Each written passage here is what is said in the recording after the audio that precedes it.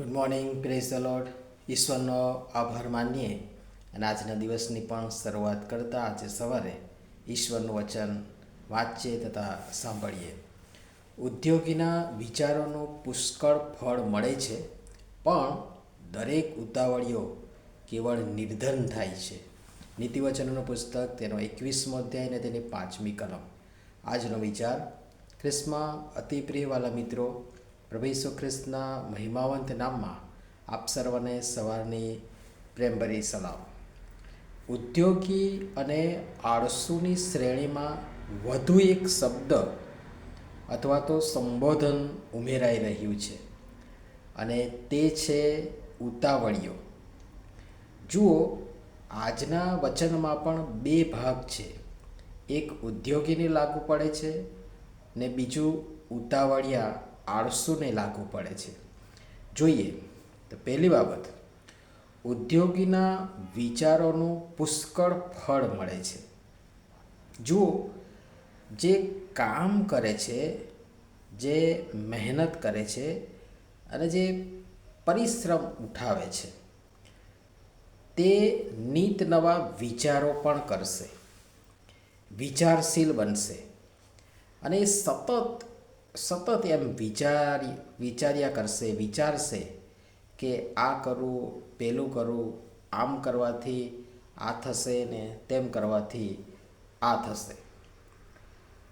એ સતત એ વિચાર્યા જ કરશે અને કંઈક ને કંઈક કરવા માટે પ્રયત્ન કરશે. બીજી વાત કે જે સતત કામ કરે છે અથવા તો કાર્યશીલ છે, એનાથી ભૂલ પણ થશે. તમને થાય કે વળી કામ કરે છે તો ભૂલ કેવી? પણ ભૂલ એની જ થાય છે કે જે કામ કરે છે. બાકી જે કશું કરતો જ નથી, કરતા જ નથી, એનાથી કંઈક થવાનું નથી, સારું થવાનું કે નથી કંઈક ભૂલ થવાની. પણ જે કંઈક કરે છે એનાથી સારું પણ થશે ને ક્યારેક ભૂલ પણ થશે. તો જે કાર્યશીલ છે એનાથી ભૂલ પણ થશે. બાકી જે કશું કરતા જ નથી, એ કંઈ કરે તો પરિણામ આવે ને, અથવા સારું થાય કે ભૂલ થાય ને.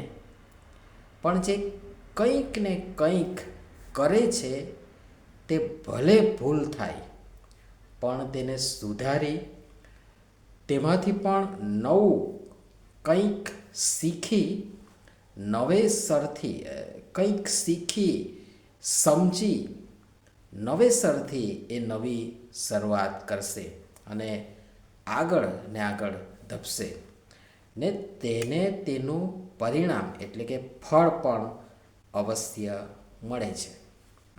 બીજી બાબત, બીજી તરફ જોઈએ તો દરેક ઉતાવળીઓ કેવળ નિર્ધન થાય છે. બહુ સ્પષ્ટ, બહુ જ ચોખ્ખે ચોખ્ખું અને એકદમ સરળ રીતે અને સીધું લખી દેવામાં આવ્યું છે કે ઉતાવળીઓ કેવળ નિર્ધન થાય છે, કારણ કે તે નિર્ણય ઉતાવળે લે છે, કારણ કે તે સમજ્યા વગર નિર્ણય લે છે, તેને સમજણ નથી, કારણ કે તે વિચારતો નથી, તે વિચારતો નથી કારણ કે તેને કામ નથી કરવું, તેને કામ નથી કરવું કારણ કે તે આળસુ છે.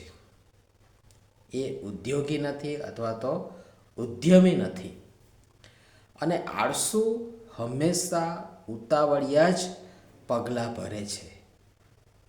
ફળ સ્વરૂપ તે વધુ ને વધુ ખુંવાર થતો જાય છે. તેને કંઈ મળતું નથી. તે કેવળ નિર્ધન, દરેક ક્ષેત્રે નિર્ધન થાય છે.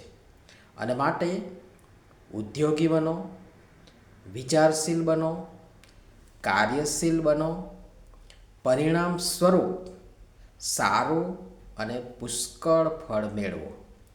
અથવા આળસુ બની ઉતાવળિયા અને અવિચારી પગલાં ભરો ને દરેક ક્ષેત્રે નિર્ધન બનો.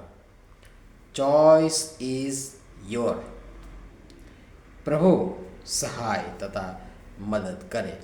પ્રાર્થના કરીએ. પ્રેમાળ અને મહાન અને ગૌરવ ઈશ્વર, અમને તમારા બાળકો તરીકે ઉદ્યોગી તથા વિચારશીલ બની તેનું સારું ફળ ઉપજાવનારા અને માણનારા બનાવો. અમે આળસમાં ઉતાવળિયા થઈ અવિચારી નિર્ણયો લઈ નિર્ધન નહીં, પરંતુ ભલે કષ્ટ પડે પણ મહેનત સાથે વિચારશીલ બની દરેક ક્ષેત્રે અમારો વિકાસ થાય અને અમે તમારી દ્રષ્ટિમાં ધનવાન બનીએ માટે કૃપા કરીને અમારી સહાય તથા મદદ કરો. પ્રભુ ઈસુના નામમાં આમેન. ધન્યવાદ.